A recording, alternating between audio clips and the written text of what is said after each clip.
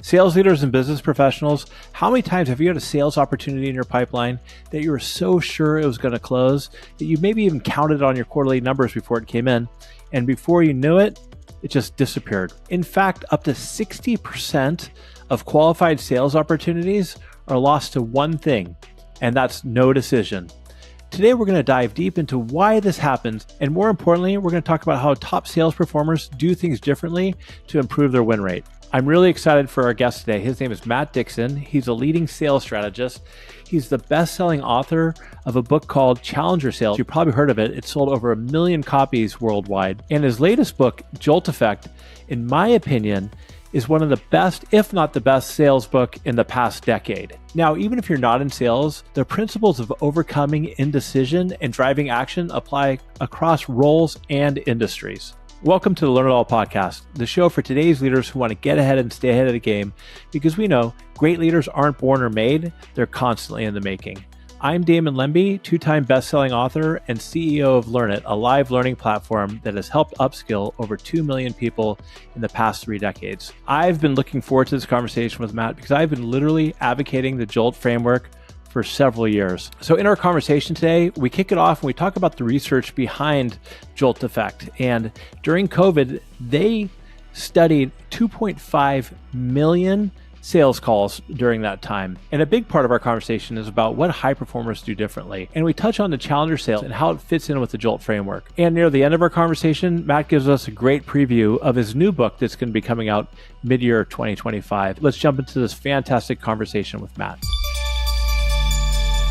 I was at a sales conference a couple of years ago, and a couple of people at my table were talking about JOLT Effect and kind of perked my ears up. I went out and got the book. Let's just start with go through the research and what you found. Yeah, I mean, I think the research itself, since you're familiar with a lot of the other work that we've done, the research itself is actually part of the story. So I think if we go back to the heady times of March 2020, when the entire world started to fall apart on us. Obviously, it was the days of Tiger King and learning to bake sourdough bread and all the good stuff. But it was an interesting time in sales because while virtual platforms like Zoom and Teams and WebEx and the like were certainly occupying more of the sales cycle for every salesperson out there, talking about B2B salespeople, of course, it was nowhere near like even a majority of the sales interaction was happening over these virtual platforms, except for maybe SaaS companies where, you had a lot of kind of headset wearing younger SaaS sales executives, and they were on Zoom all day long. But March of 2020, everything went virtual. So even, in old line kind of manufacturing businesses, industrial products, et cetera, those sellers suddenly were doing all of their sales over Zoom. And so it was a pretty interesting time because it actually was, I hope it's a once-in-a-lifetime opportunity or a once-in-a-lifetime moment where every single sales interaction was happening over virtual platforms. And that meant that they could be recorded and studied with modern technology, AI and machine learning, which is what we did. So we recruited several dozen companies into a study that lasted is about a year to 18 months. We asked them to send us all of their recorded sales calls appended to the CRM records, right? So we could track whether those deals closed or how they were eventually closed out. And we collected 2.5 million sales calls in total. And, there's a lot of things you could study with that big data set. And surely there's a lot more stuff we could go and delve into. But there was a really big surprise that jumped up out to us right away, which is that about 40 to 60% of the average salesperson's qualified pipeline ultimately was marked as closed, lost, no decision in their CRM system. So that, if you think about it from an individual seller standpoint, or if you're a leader, as many of your listeners are, and they're overseeing teams or entire sales organizations or entire companies, right? You think about that multiplied across the entire sales team, it is a massive, massive deadweight loss. And here was the rub, is that a lot of the things, as we dug into these calls, a lot of these deals, it seemed like sellers were doing exactly the right stuff. They were in there. They were, helping the customer understand the cost of their inaction. They were dialing up the FUD and creating that burning platform for the customer, making them squirm a little bit. And And they were using critical events and urgency drivers, like, the 10% discount that's only good this quarter. Like, they're doing all the stuff they've been trained to do. And in fact, as I was going back through this call data, from the challenger sale, you remember we talk about the status quo as being the salesperson's biggest competitor. And this has long been the kind of conventional wisdom in sales. In the challenger sale, we say specifically, challengers are very good at showing the customer that the pain of same is actually worse than the pain of change, right? So they don't acknowledge that changes or they acknowledge that change can be difficult, but they also point out the fact that staying put is actually more costly to you and your business. And so it seemed like these sellers were doing all the right stuff. They were doing exactly what we say challengers do, but we found something kind of head scratching, which is that for customers who said during the sale that they were quote unquote in, right? They were sold. Like, you can stop selling to me, Damon. Like, I'm in, I get it. I understand the problem. I understand that you are the provider we should work with. This is a priority for our business. Let's go. A huge percentage of those deals ended up nevertheless being lost to no decision. And here's the kicker is that when sellers went out and, if you will, dialed up the FOMO, right? You're going to miss out on these benefits. You're going to miss out on solving these problems. You're just going to miss out on this 10% discount I'm offering you this quarter. It actually made things worse, not better. It increased the odds that the deal would be lost to no decision. And this completely flummoxed us. We had no idea what this meant. And the first thing, my gut reaction was, I spent the last 12, 13 years traveling around the world telling people that, to go and defeat the status quo, right? And the same as word, do the challenger thing. Yeah. And I'm like, I wonder what a global apology tour is going to sound like. I didn't know. And the second thing I did is I went and accused the data science team of having made a mistake, which of course they assured me they did not. Then we loaded more data into the model, and actually the effect became more pronounced and more significant. So we figured out, what we realized is that there's something going on here with these hesitant customers that we don't fully understand. So in a nutshell, what we found is that when you look at these no decision losses, while we as salespeople have long been told that when a customer makes no decision, they are in fact making a decision. They're deciding to stay with their status quo. And that is true, but it's true for only 44% of those customer deals that are lost to no decision. It's actually the smaller of the two reasons that we found. The second reason, 56% of the time, deals are marked as close, lost, no decision, not because the customer prefers their status quo, but rather because they're indecisive about how to move forward. And that indecision itself stems from their fear of failure. In other words, these customers want to buy your product or your service or your solution, but they just can't. Now, I think this in and of itself is a bit of a head scratcher for salespeople too. And I think especially for sellers who sell at senior levels of an organization, right? I sell to CFOs, or I sell to heads of sales, or even CEOs. These are rational actors, right? They get paid a lot of money to make really tough decisions on behalf of their shareholders, their investors, their employees, their customers. And you're telling me they're afraid of failing. And actually, it turns out that's very much the case. So we spend more time than I will wish upon any of your listeners actually delving into decades worth of social science research, cognitive psychology, in other behavioral economics. And I think a lot of sellers are familiar with loss aversion, right? This idea that nobody likes to lose. That's why we dial up the FUD. That's why we use the 10% discount or the exploding offer that's only good this quarter, because we know nobody wants to pay more later, right? People hate to lose. But what we discovered is, as powerful as that loss aversion is, it's really important for sellers to understand that there are two types of loss in the customer's mind. On the one hand, you've got what are called errors of commission. An error of commission is when you, errors. I only start with errors of omission. Error of omission is when you lose out by doing nothing, right? So you decide to stay on the sidelines. You don't take advantage of an offer or an opportunity, and you and maybe your company, your team, your investors experience a loss as a result. That's painful.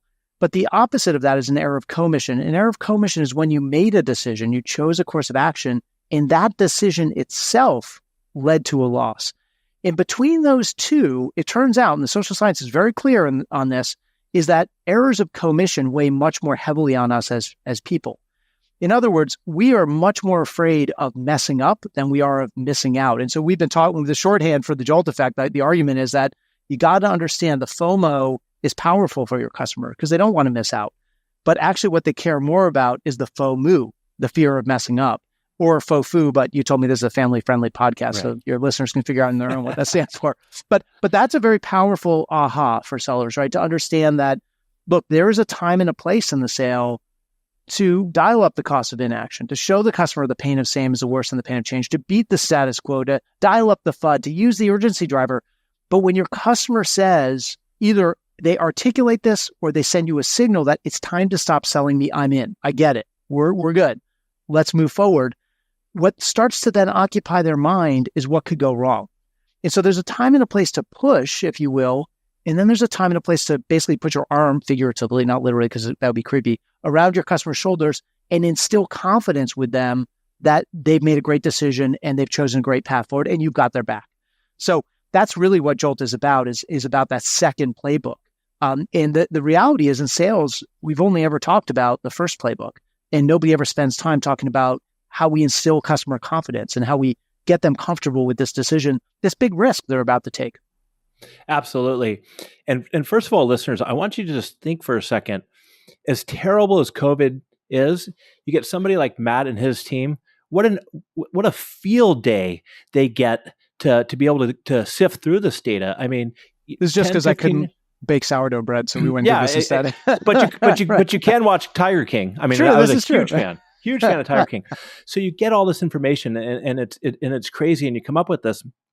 And I guess you fast forward now, and I bet that 40 to 60% has actually gone up to no decision. It absolutely has. And so I remember when we launched this book, it was at Dreamforce in 2022 in San Francisco, and you were probably there as well. And I was there, and we were doing some book launch events, and I was talking to heads of sales who were very familiar with Challenger and some of the other work that had preceded this book. And we tell them a little bit about what the book's about. And for a lot of these sales leaders, not that long ago, I got a little bit of furrowed brow, like a squinty kind of area. Like, I don't think we lose a lot of deals to no decision. Like, I'm sure we lose some, but no, probably not. Fast forward to today and what's happened over the past 2 years, especially in like the tech market. And I've been talking to leaders who I met in 2022 who told me that was not a big deal for their sales teams, who have come back and said, we ran the numbers. It's actually more like 70 or 80% for us.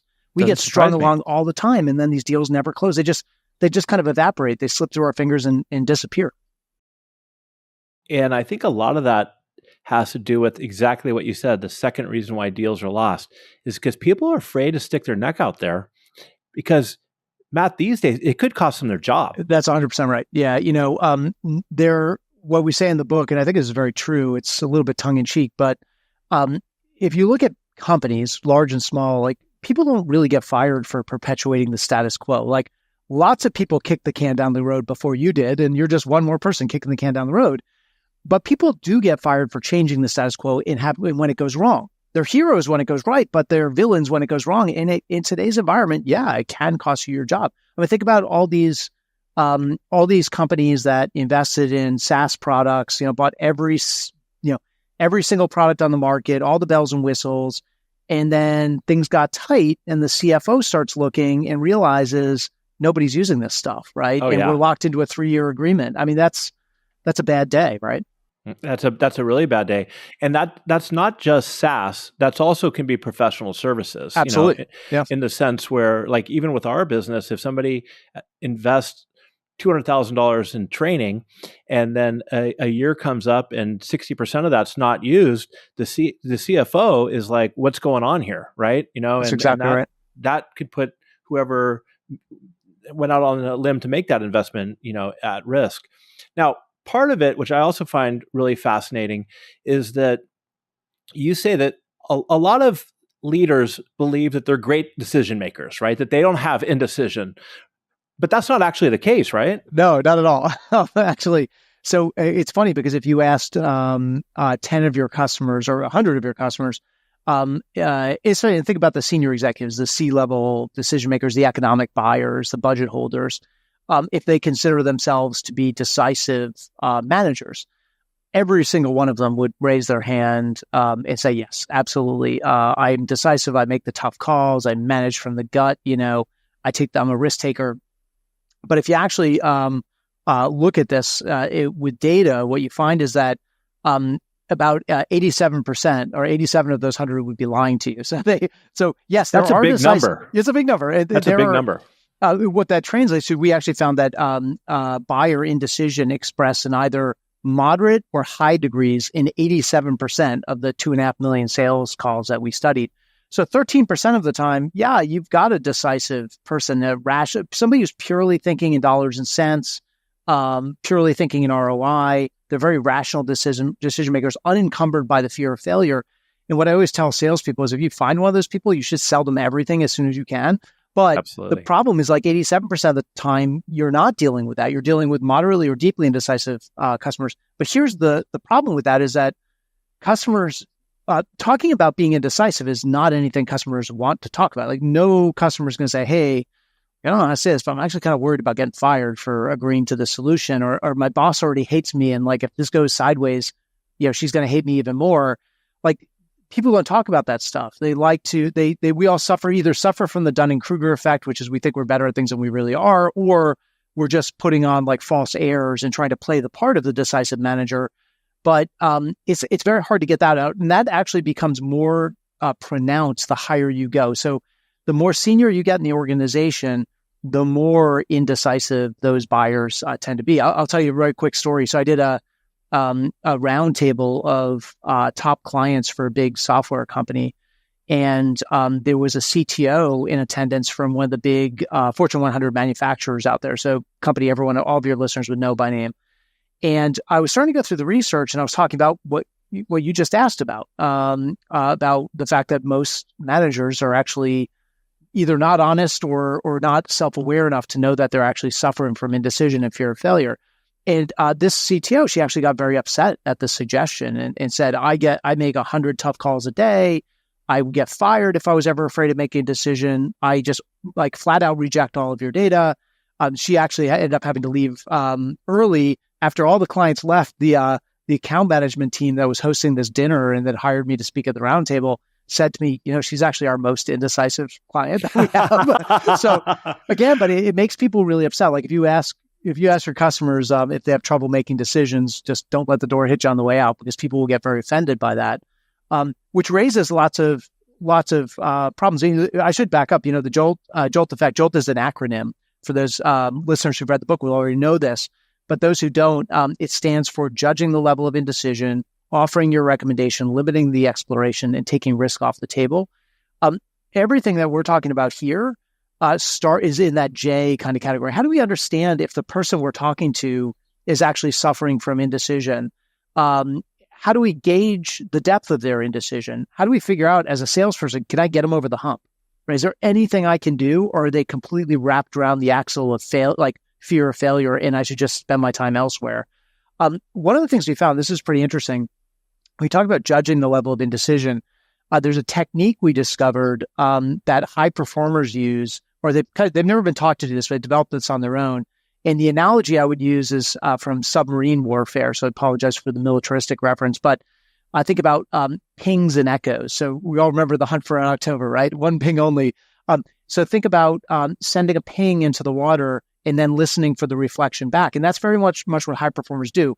What they don't do is ask a question like, Damon, do you consider yourself to be a decisive manager? Like, that's not a great question. It'll get you booted from the office or your client's office. What they do is they send out a ping and they listen for the reflection back. The ping is them trying to articulate the fear they think the customer is suffering from, but not in a way that is accusatory or meant to out them in any way, but in a way that contextualizes it, and even more importantly, makes it seem perfectly normal. So an example might be, we talk about the big sources of indecision. It tends to be, I'm overwhelmed by too many options. I'm overwhelmed by too much information.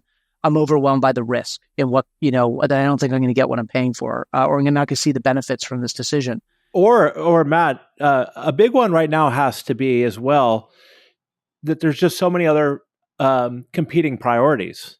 So many priorities, yeah, absolutely. So yeah, I don't know how this stacks, and that I would put in that risk category, right? It might not be risk with this; it might be that we spent our time and money on the wrong thing, right?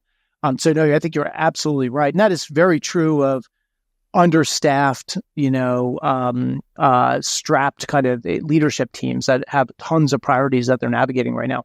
But back to the pings and echoes, what I would tell you is like, let's imagine that I'm a software sales executive and I'm selling to you as a business leader, Damon, and I'm showing you all the configurations, and I'm showing you all the partner integrations we can offer, and I'm showing you different bells and whistles and feeds and speeds and features and benefits. At some point, what I might say to you, because I will probably recognize the fact that while customers say they like lots of options, they actually have trouble picking one. And so what I might say to you is something like, Damon, we've been, this is a couple months now that we've been engaged. We had a great proof of concept with your team. I think the demos that we've done have gone over very well. I really appreciate your candor in this whole process. One of the things that occurs to me as I reflect on other clients that I've been down this path with is that sometimes we do our clients a disservice to be, self-critical for a moment. We put a lot of stuff in front of them. And I just know that your team has really liked it seems like they've really liked all the stuff we've shown them, all the use cases, all the integrations, all the different bells and whistles. But I also know that you told me very early on, you can't have it all, and you need to be really choiceful about where you invest your dollars right now, and where, what you decide to move forward with. So I would love to understand if you were clear yourself about, of all the stuff we've shown you, what's nice to have and what's need to have. And the reason I ask that, again, is that at this point in the sales process, a lot of my prospects I find actually struggle with that, because it's like going to the buffet and they see all this stuff. It's like, oh my God, it all looks amazing. I'm afraid of making the wrong decision. Now, it may be that you know exactly what you want. And if so, I'd love to hear from you so that I can really start to focus this discussion and start working us towards a proposal that is tailored to what you're looking for. But if not, I'd love to be a resource to you and help you kind of navigate what I think is a pretty hard decision, actually. What do you put in and what do you leave out or save for later?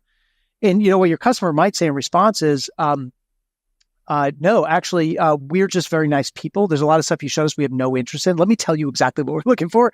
And this is a great jumping off point to the next stage in the conversation as we work towards a configured solution for us. Or they might say, yeah, we actually were talking about this the other day. We really do have a hard time. We would have a hard time prioritizing. We could use some help. What do other customers like us start with? What would be a good initial deployment? What can we wait and do later? How do we get the most bang for the buck right now? Get some wins on the board and then expand from there, right? So it's not confronting your customer. It's not embarrassing them. It's making the customer feel perfectly normal, because people like me struggle with this decision too. It's okay. And I know this is actually a big decision. It's a hard decision and I want to help. And so it gets this indecision and fear of failure on the table so that it can be dealt with and managed in a productive way. No, I think that's great. And there's so much there, but I want to take it back a step for our listeners. One of the things that I love about this book, and Challenger Sales too, is that they really identify what average performers do differently than high performers. And so, like with my team at Learn-It, a lot of times we'll look at a particular situation and I'd say, after we read the book, give me an example of what a high performer would do here versus an average performer. And that's huge right there. One thing I want to point out about that is really, which is O on JOLT, right, is offer a recommendation, is I've seen that high performers, great salespeople, they build trust with their customers if they come in with a point of view, right? That helps a lot. Quick story of a big deal we lost probably 6 or 7 years ago to a large, a growing biotech firm, is we were trying to be ultra flexible, Matt, with the chief people officer, and we said we can customize, we could do whatever you want, right? And we'll make it work. We lost the deal, and that person's partner. Life partner was a big client of ours at a different financial institute. And they said, well, she didn't go with you because she doesn't have time to figure this out. And she wants somebody who has a point of view, and you got to come in as the expert yourself. And so we kind of lost the trust. So it was good to come in. You got to listen to the customer, but you also have to give them a point of view. Otherwise, like you said, sometimes there's just too many options. They don't know what's going on, or they don't really have the time to go for it.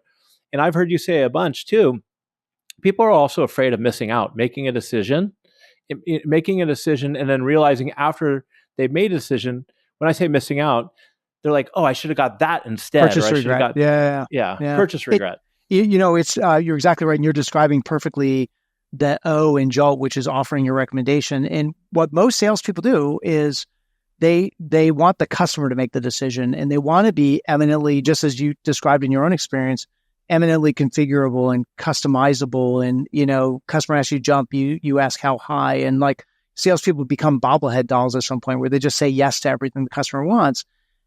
Because they're so afraid of saying something, the customer saying, well, that's not actually what we're interested in. And now you've created this chasm between you and the customer. So you just agree with everything the customer wants. And when the customer expresses some difficulty making a decision, salespeople often will compound that by putting the decision back in the customer's place. So you might say to me, I don't know, like we've only got this much to spend and everything you show me looks great, but how do we make sure we get the most bang for the buck? And our first implementation with you is just like a raging success. And then we can expand from there. We can add more stuff later. Help me out. And what most salespeople do is go back and say, Damon, why don't you tell me what problem you're really trying to solve here? Because I don't want to make this decision. I want you to make it because the customer's always right. And we've been taught for many, many years, like customers love options. They want to make their decision. They want to configure to their own needs, etc. But just like your client, that prospect you were talking about before, what they really want is for somebody to tell them what they should go do. It's a little bit like in social science is very clear on this one too. There's a psychological effect. It's called the delegation effect. And here's a simple illustration.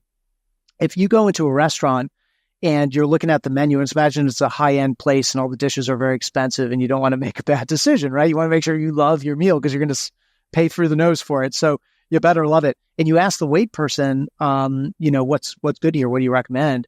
And they turn around to you and say, well, what are you in the mood to eat tonight? That's like super unhelpful, right? It's the same thing. It does you no good. You are no closer to a decision than you were when you asked the question. But what great wait people do, and we've all had this experience before, is they'll say, this is actually our most popular dish. If you read our Yelp reviews, like half of them mention this dish. We run out of it every night. We still have it tonight, thankfully. So if you're interested in that, we can get it for you. But here's another one that I really like a lot. It's a personal favorite.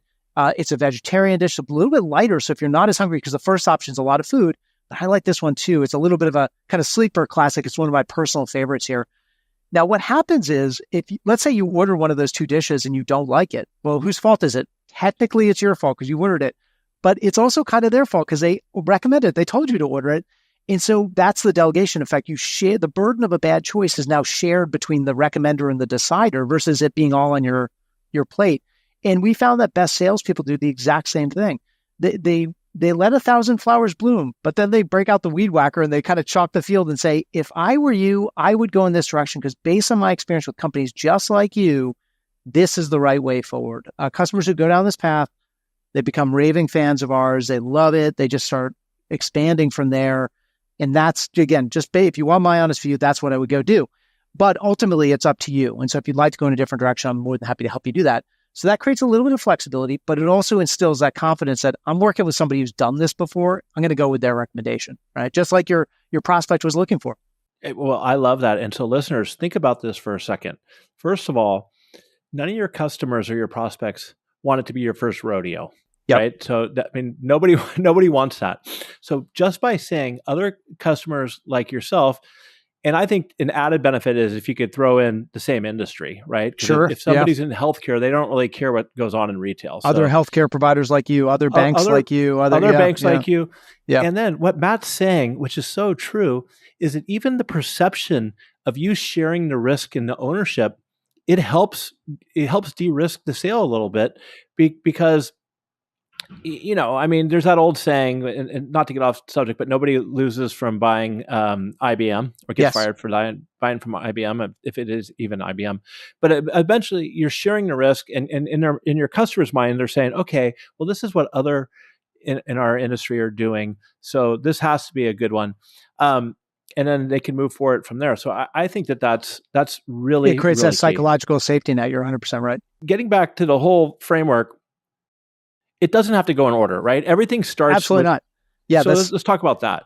Yeah, that's it's a great point, and I think because it's a linear kind of acronym. Of course, people assume you do one after the other, but I always tell them when I'm walking through this, it starts with that J, just kind of getting the lay of the land, using your pings and echoes, understanding the context of the client's operating in. Maybe they are normally a decisive manager, but they're working in an environment right now where there's a lot of budgetary pressure. Maybe their company is under a lot of stress. They're losing market share. They made some bad investments recently. There are a lot of eyes on this decision.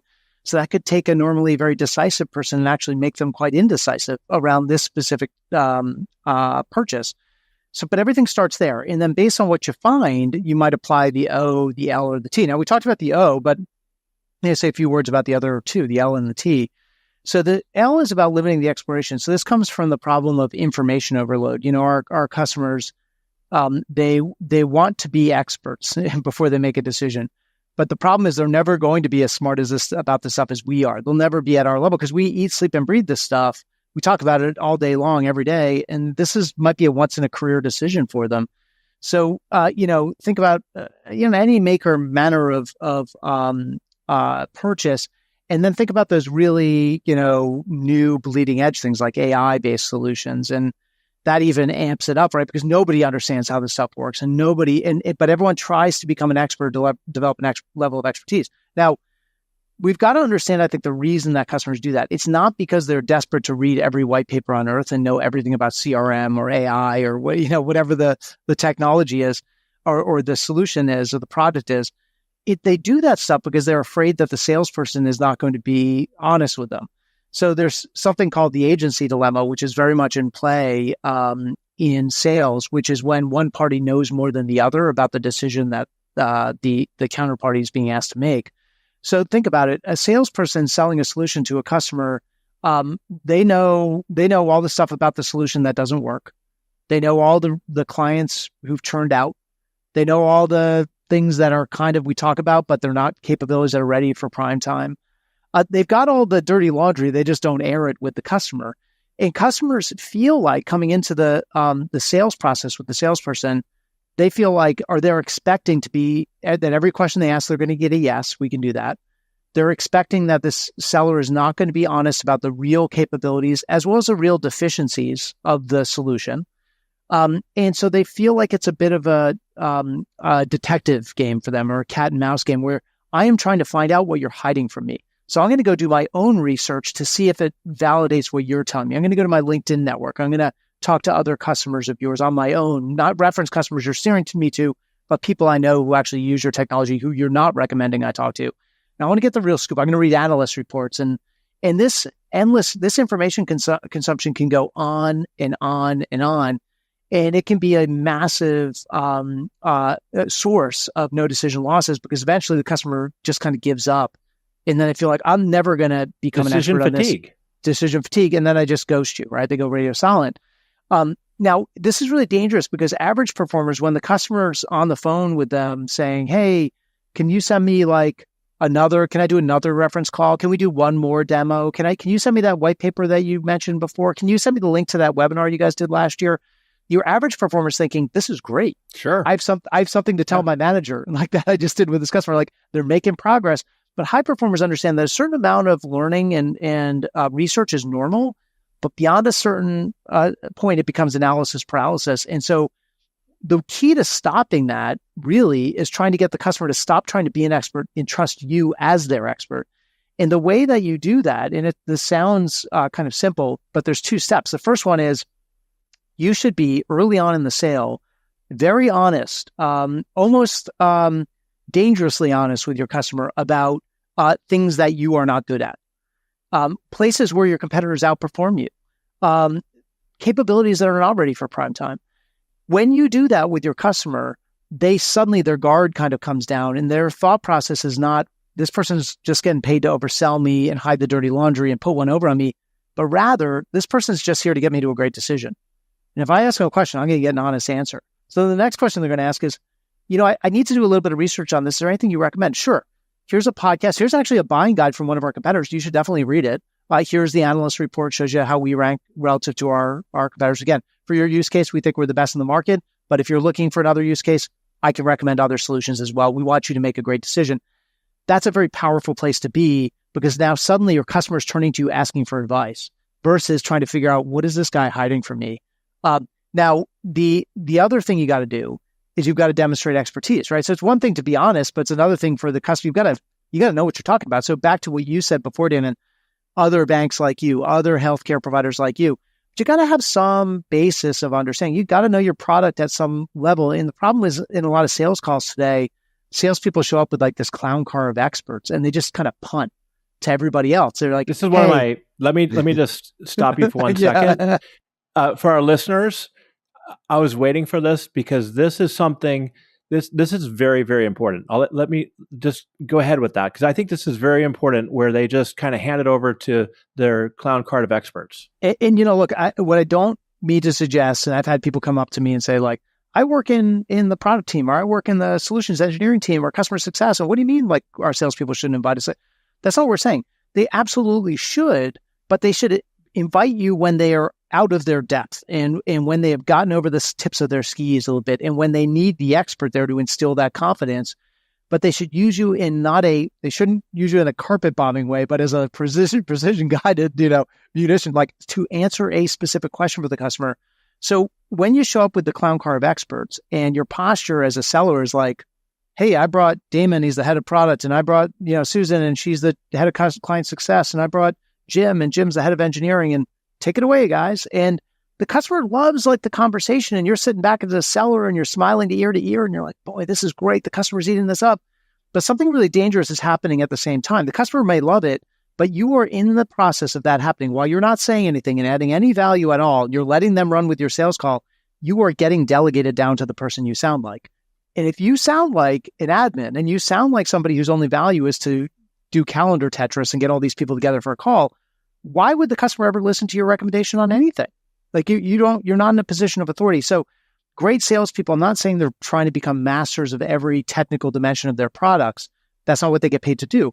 But they try to carry the baton as far as they can down the track before they hand it off. And when they bring in their partners, they choreograph it very, very tightly. So I would say, Damon, I'm bringing in, customers got a question about, data integration or GDPR or something like that. I don't know the answer to that. I want to listen because I'd love to know the answer in case it comes up again. So I'll be listening intently and taking notes. But I'm going to run the call and I'm going to hand off to you. And then I'm going to need to tell the customer that you need to run to another call because I need them to come back and engage with me. I don't want them going directly to you. I want them come to me and seeing me as the expert. And your product partners are fine with that. They want to help. But if you let them help, as a product guy, I could tell you, we will help for the entirety of the hour call and we'll eat up the entire thing.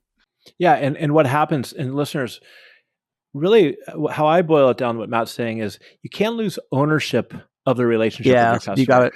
And in this day and age where trust is really at an all-time low with customers, I mean, they're already wondering and they're skeptic. And if you come in as a salesperson and you surround yourself and you think you're helping, right, by getting all these experts, in the back of their mind, they're saying, well, what does Matt have to offer? Right? Exactly. On the flip side, they're also going to know that you can't be the jack of all trades, master of nothing either, right? So what Matt's saying, which I think is so important, is like you're quarterbacking it. Like you want a GDPR, I'm bringing this in.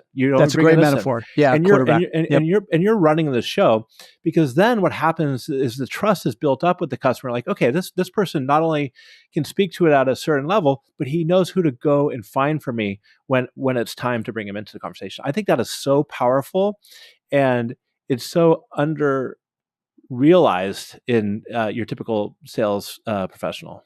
And I think in a lot of the kind of GTM organizations out there, especially if you look at like the SaaS market, just as an example, there are just legions of people there to help you on sales calls, like product people, engineering people, customer support people, executive sponsors, engineers, you name it. And it's just everyone wants to help. Everyone's job is to help sell and close deals and drive company growth.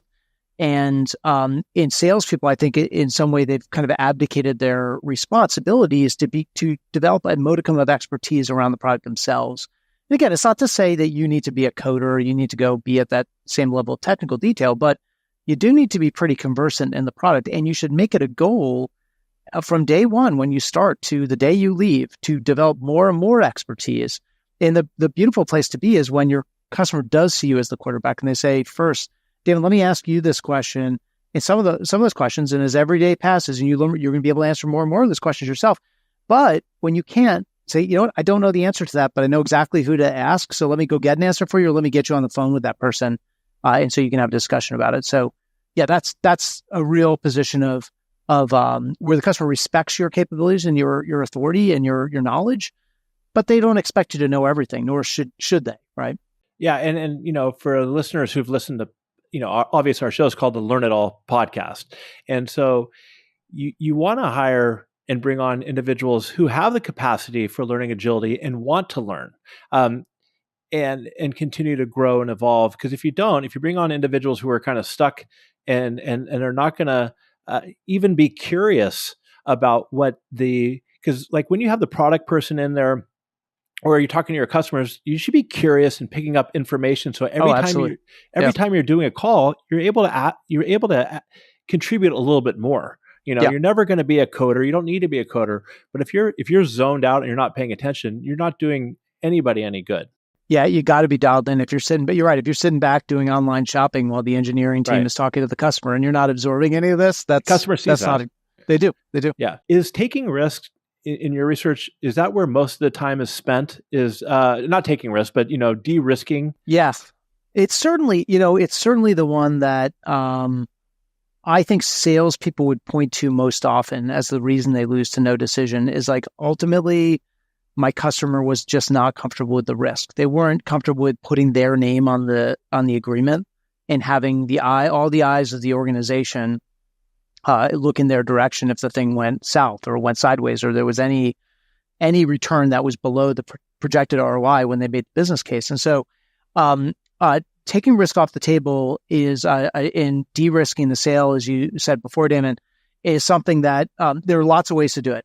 And some of those cost us nothing. Some of those are actually pretty expensive. I think where a lot of salespeople immediately jump to is like, well, we don't have an opt-out clause. Like it costs us a lot of money to sell and do proof of concepts and pilots. And so once you buy it, you got to pay for it. And some companies, that's not true for some companies. If you do have an opt-out clause, that's a great de-risking option that you can point to. But even though if your company doesn't offer one, there's still tons of stuff you can do. So if you look at some of the free stuff, which you might argue is just good sales hygiene, here's an example I love, which we found that great salespeople were much more likely to pull their implementation team, their customer success team into the customer conversation, the sales conversation before the deal even closed.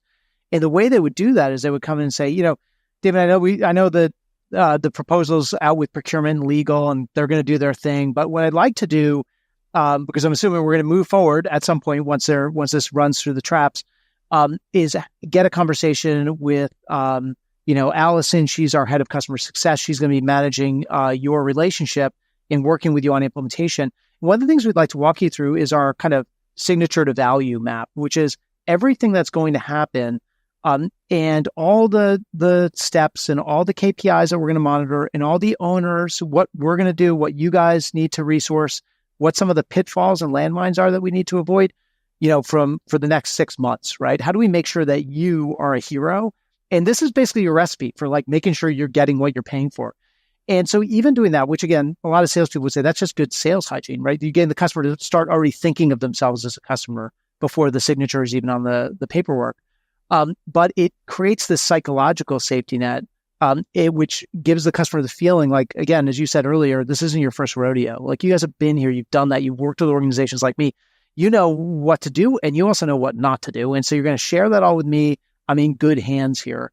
Now, there's other stuff that can cost money as well, right? So one interesting thing we found from the research is that great salespeople were much more likely to sell professional services support as part of their deal. Now, I don't mean giving away professional services support. I meant even selling it to clients who say, we want to DIY this. We want to just use the online resources, the videos, the customer success support, and we're going to implement it ourselves. Even with those clients, high performers would say, absolutely, you can totally do that. It's one of the great things about our platform is that you can DIY this. You don't need like an army of consultants helping you out. But I also know how important this is for you. And I'd encourage you to carve out a slug of professional services hours. Maybe it's 100 hours.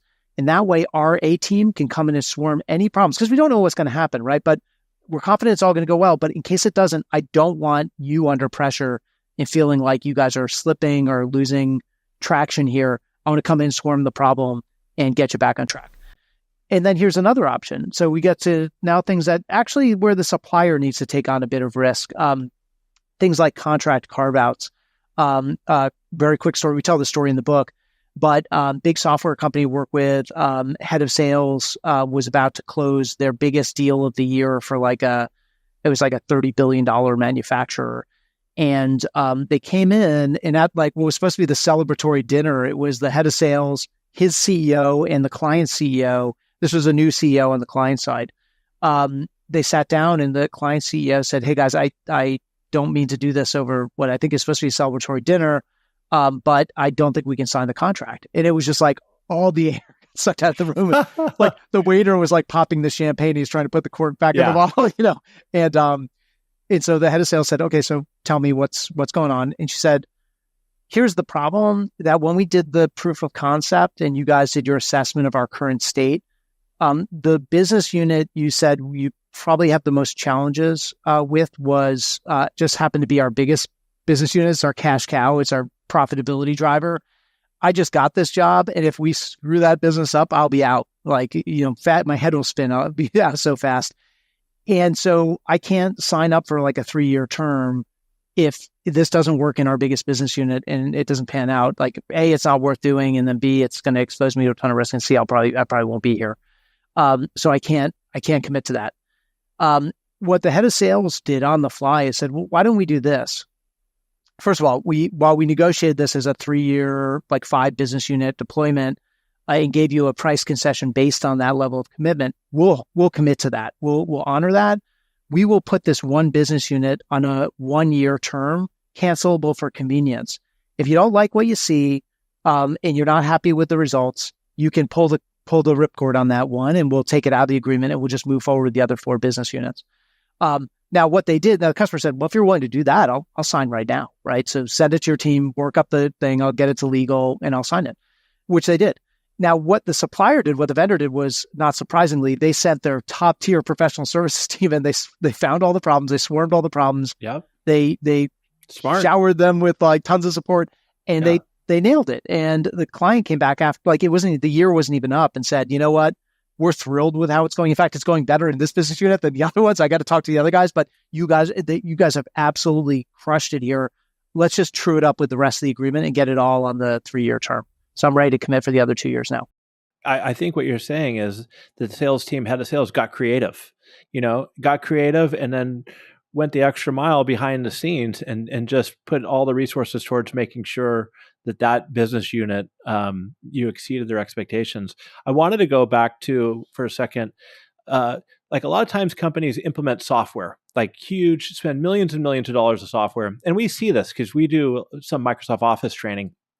And companies are foolish to spend millions of dollars in the product, but not set aside a budget to actually on the training, on the utilization. And that's what you were saying, is that's what great salespeople do. It's almost like it's an insurance clause. It's an insurance clause to help do it. So I think that's a great way to help de-risk it. Another thing that I really like, I wanted to make sure we talked about a little bit, is that in the book you talk about, if you're going through your proposal. Now, I'm not a big fan of slide decks or whatever, right? But anticipating objections. Yes. Yeah. Can you talk about that for a second? Yeah. So we call this the pre-buttal, which is as we've all been taught in sales, the customer raises an objection, you handle that objection or you rebut that objection. A pre-buttal is a little bit different. This is where you're anticipating the objection before the customer even articulates it.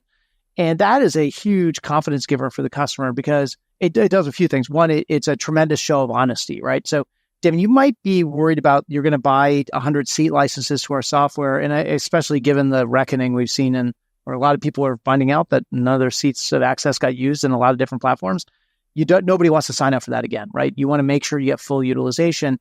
And so I want to address that, because a lot of customers like you worry about that too. I don't know if it's a concern for you, and you probably say, yeah, it is. We can't afford to have, 10 people using something we paid for 100 seats. How do we make sure everyone uses it?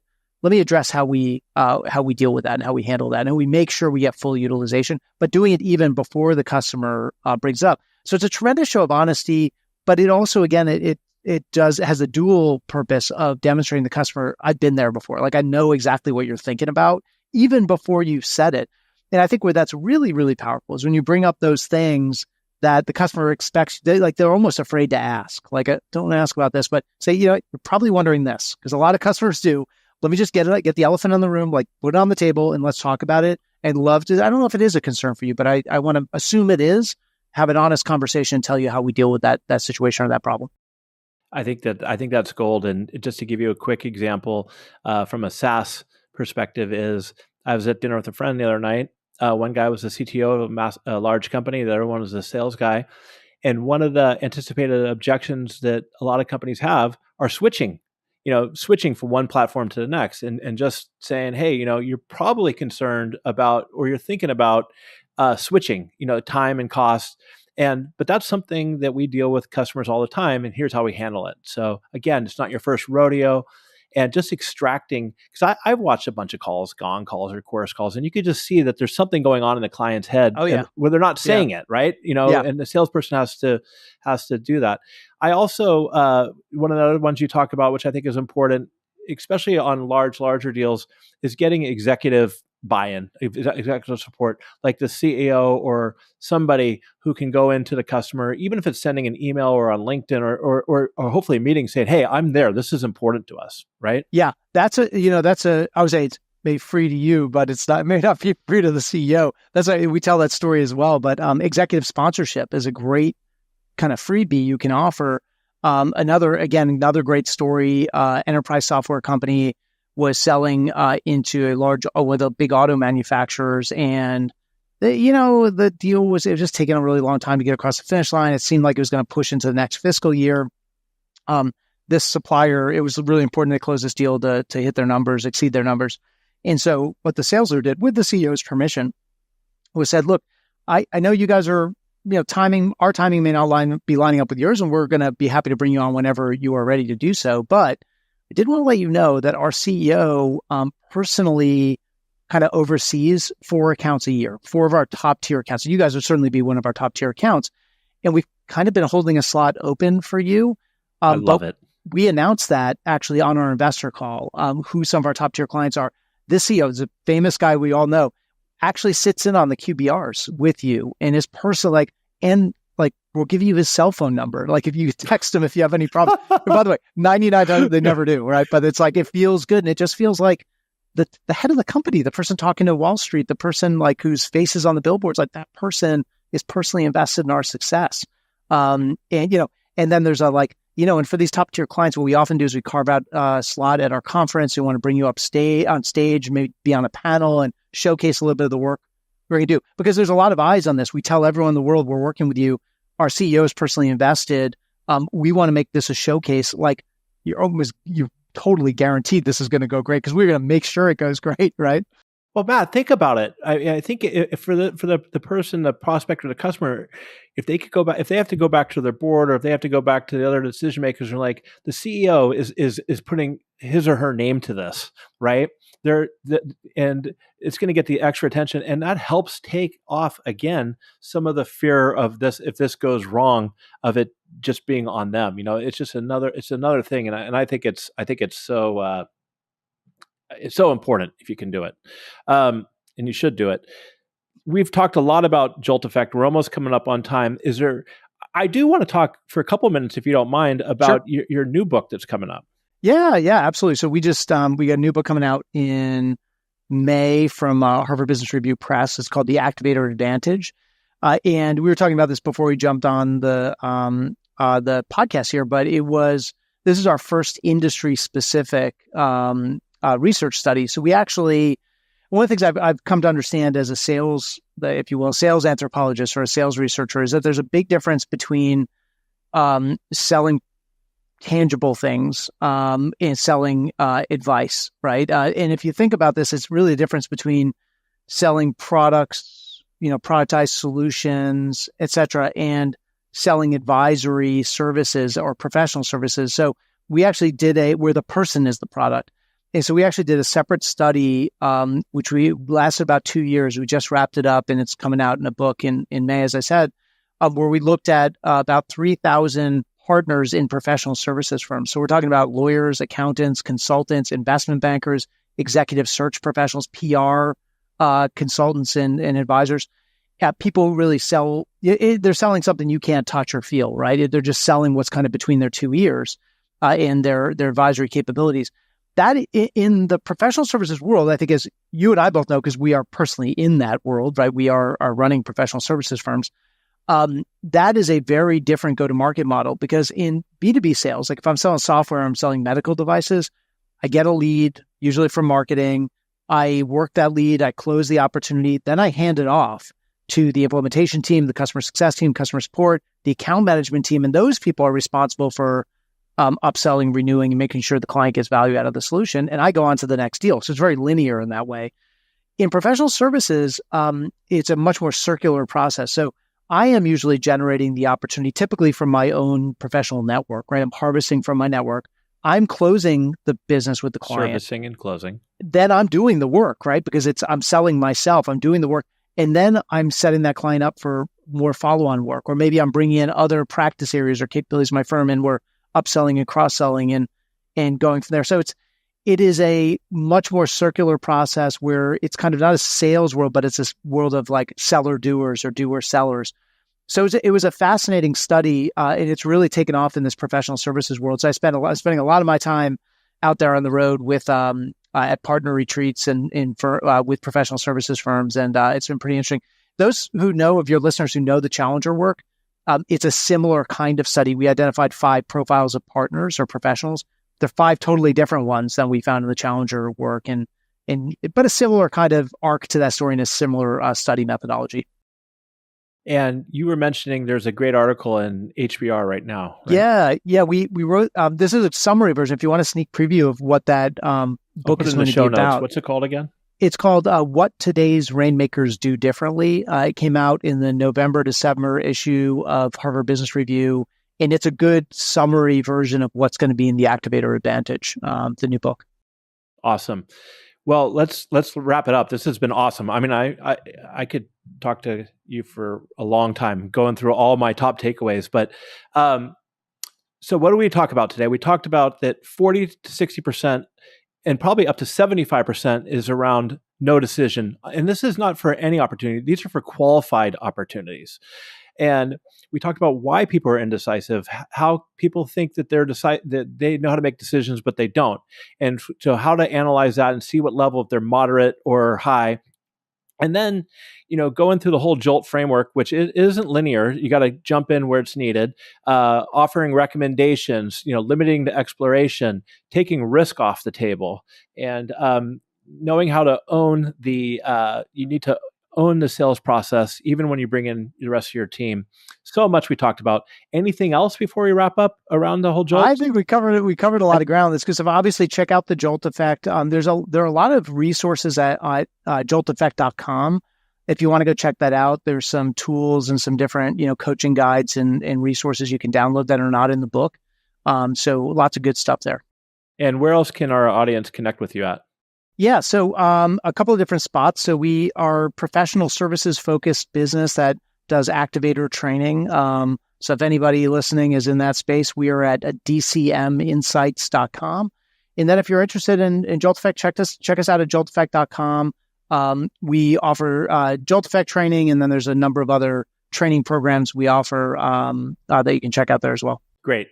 And so for our listeners out there, what I'd like you to do is what I'm going to do is whatever platform you're on, whether it's YouTube, whether it's Spotify, Apple, I want you to copy this link, hit on that little copy button, and I want you to text your friends in sales and say to check it out, and maybe even send them a link to buy JOLT Effect and look at Matt's work, because I can guarantee you, if you're whether you're a business owner or you're in sales or a sales leader, you will get value out of both this conversation and Matt's work. So, Matt, I want to thank you again. I love this. And for our listeners out there, do me a favor, stay curious and keep learning. Until next time, have a great day, everyone. See ya. Thanks for having me, Damon. Take care.